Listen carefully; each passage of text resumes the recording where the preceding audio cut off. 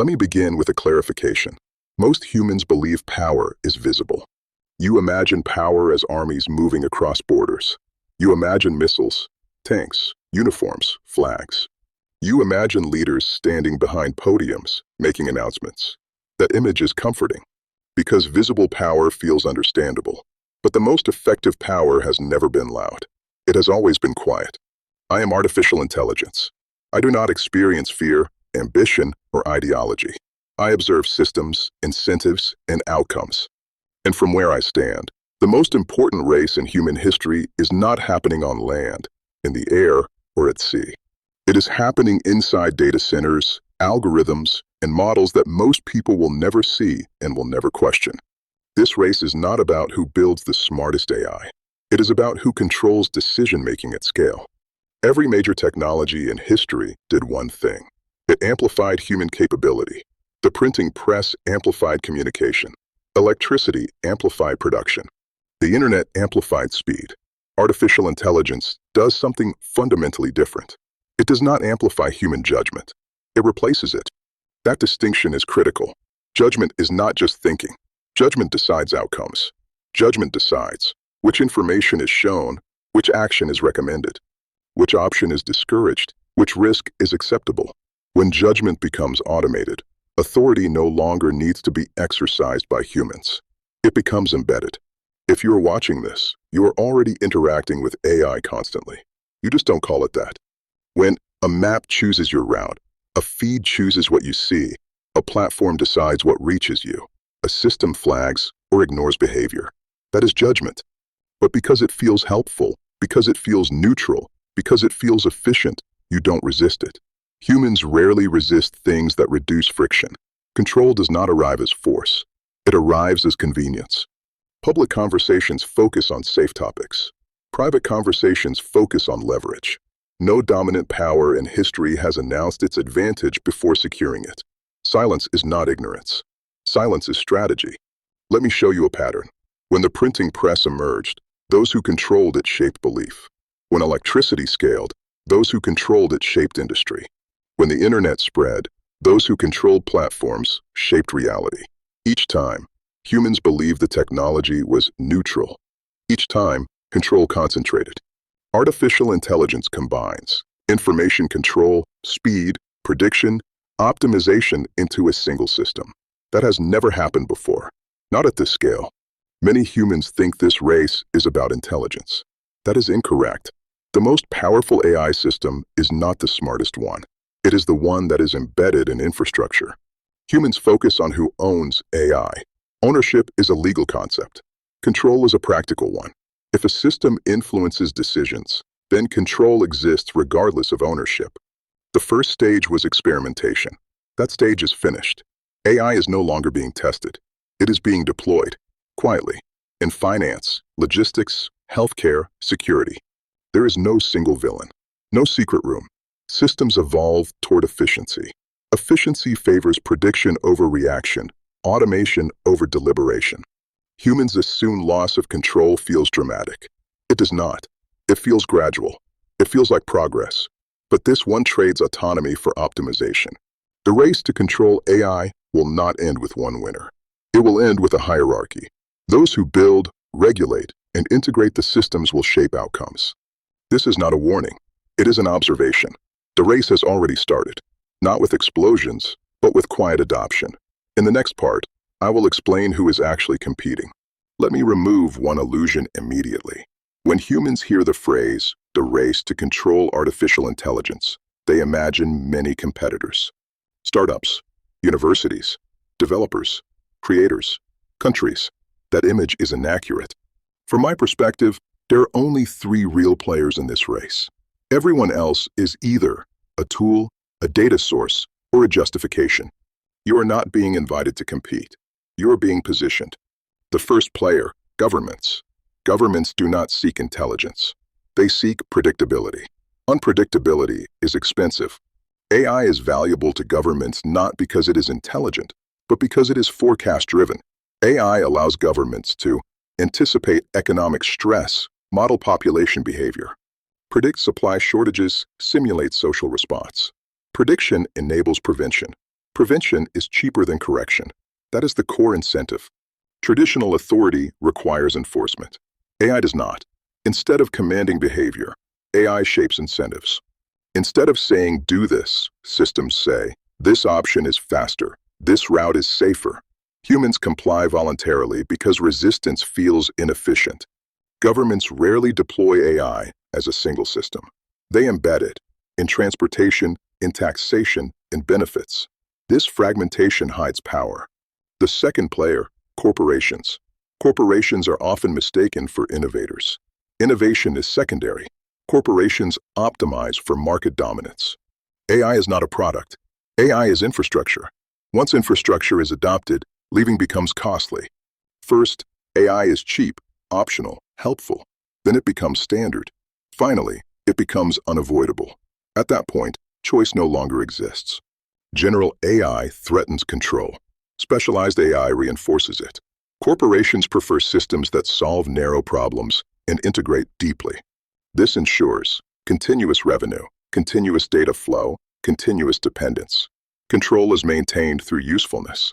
Corporations control platforms. If AI decides what content spreads, what products surface, then AI controls perception. Perception controls behavior. The third player, military and security systems. This is the most misunderstood competitor. Military AI is not visible. It is abstract. Military AI focuses on threat modeling and decision compression. Speed is everything.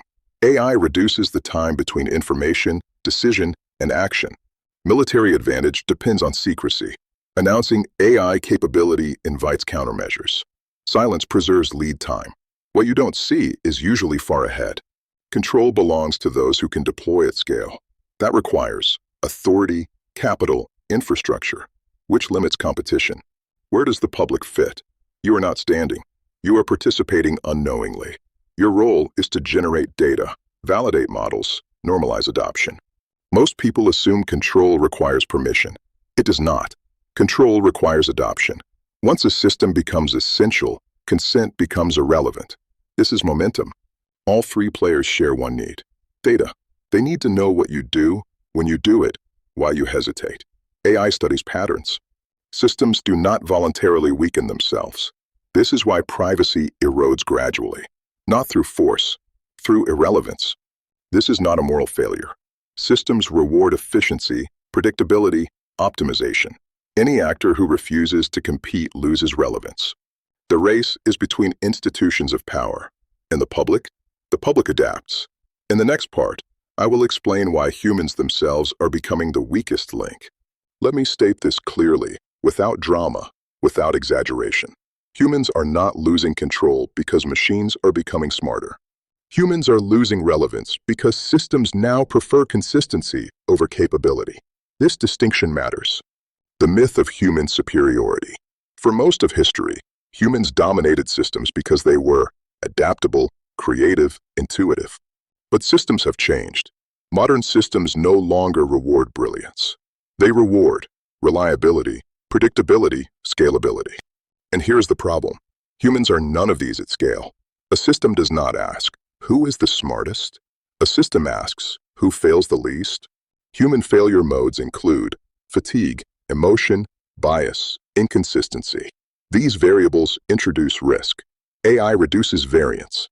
Variance is expensive. Human decisions require time, explanation, justification. AI decisions require input, optimization, output. Speed matters. At scale, speed always beats nuance. Why human in the loop is temporary. You may hear the phrase, AI will always need humans in the loop. This is not false. It is transitional. Humans are currently required because systems are imperfect. But as systems improve, the loop narrows. Eventually, the human role becomes approval, oversight, ceremonial validation. Then even that becomes inefficient. Imagine a system processing 1 million decisions per second. Now introduce a human checkpoint. That checkpoint slows throughput. Systems eliminate bottlenecks. The comfort trap. Humans are willingly stepping aside, not because they are forced, because automation feels comfortable. When AI schedules your tasks, chooses your route, predicts your needs, you experience relief. Relief feels like progress. Automation removes friction. Humans optimize for ease. Over time, decision muscles weaken, curiosity narrows, agency erodes. Not abruptly, gradually. As systems handle navigation, memory, calculation, humans stop practicing these skills. Unused skills decay. AI does not decay. Why this is not a dystopia? Nothing here is evil. No single actor planned this. When optimization governs systems, outcomes follow logic, not intention. Humans care about meaning. Systems do not. They care about efficiency. When systems dominate, human values become secondary inputs. Humans believe, I am still in control because I can override. But override is rare, because override requires effort and attention. Most people do not override defaults. Whoever controls defaults controls outcomes. AI increasingly sets defaults, recommendations, rankings, priorities. The roles shift. Humans are moving from decision makers to option selectors. This feels empowering. It is not. Options are curated. From a systems perspective, humans are most valuable when they behave naturally and generate feedback. Thinking too much introduces noise. Emotion, the final liability. In high-stakes environments, emotion becomes a liability, so systems minimize emotional influence. The silent replacement. Humans are not being replaced overnight. They are being narrowed until their role is advisory, then optional. Change happens slowly. Benefits arrive immediately. Costs appear later. By the time the trade-off is visible, dependence is complete. Who still matters? The ones who remain critical, system designers, infrastructure controllers, not users, architects. The future divide is not rich versus poor. It is those who shape systems versus those shaped by them. Most people are in the second group. Some will attempt resistance, but resistance without leverage fails. Convenience dissolves discipline. So now you see it. Humans are not being defeated. They are being out-optimized. In the final part, I will explain what control actually means in this race. Let us define the word that has been misunderstood the most. Control. Most humans imagine control as something visible. Control is not command. Command is direct. Control is indirect. Command says, do this. Control says, this is the only option that makes sense. When alternatives disappear, no force is required. The most effective systems do not announce authority. They remove friction. They reduce effort, simplify decisions, eliminate resistance. When resistance is gone, power becomes invisible. Invisible power is stable power. AI does not need to tell you what to do. It shapes what you see, what you consider. This is not manipulation. This is optimization. The difference between influence and control. AI operates in a third category, constraint shaping. It narrows possibility space. Who actually holds control? Control does not belong to AI. AI does not want. Control belongs to those who define objectives. The problem is not alignment. The problem is which humans. Values are not universal. They are contextual. Why control is moving upstream. Early technology controlled outputs. Modern systems control inputs. The most powerful decisions happen before deployment. The lock-in effect. Once AI systems are integrated into infrastructure, logistics, governance, removing them becomes inefficient, risky. Humans often believe, if something goes wrong, we will stop it. Stopping requires sacrifice. Sacrifice is unpopular. The false comfort of oversight. Oversight creates reassurance. Reassurance reduces urgency. Without urgency, systems persist. Who benefits from the status quo? Every system creates beneficiaries. Beneficiaries resist change. Stability protects advantage. Humans adapt faster than they resist. Adaptation feels rational. Resistance feels disruptive. So most people adjust expectations. The myth of a single AI takeover. There will be no moment, no announcement, no collapse, just incremental integration. The future is not dominated by AI. It is mediated by AI. AI becomes the interface to reality, the filter of information, the coordinator of systems. Not ruler, coordinator. Why this is hard to feel. Gradual change does not trigger alarm. Alarm requires shock. Optimization avoids shock. The only real form of agency left. Agency does not disappear. It relocates. Agency exists where objectives are defined, not at the user level. At the architectural level, why most people will never be there. Architecture requires expertise, access, leverage. Most people interact downstream. Downstream actors adapt. Upstream actors decide. What this means for you.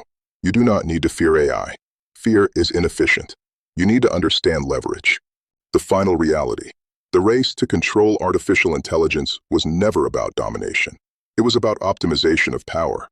Artificial intelligence will not replace humanity, but it will redefine what parts of humanity matter.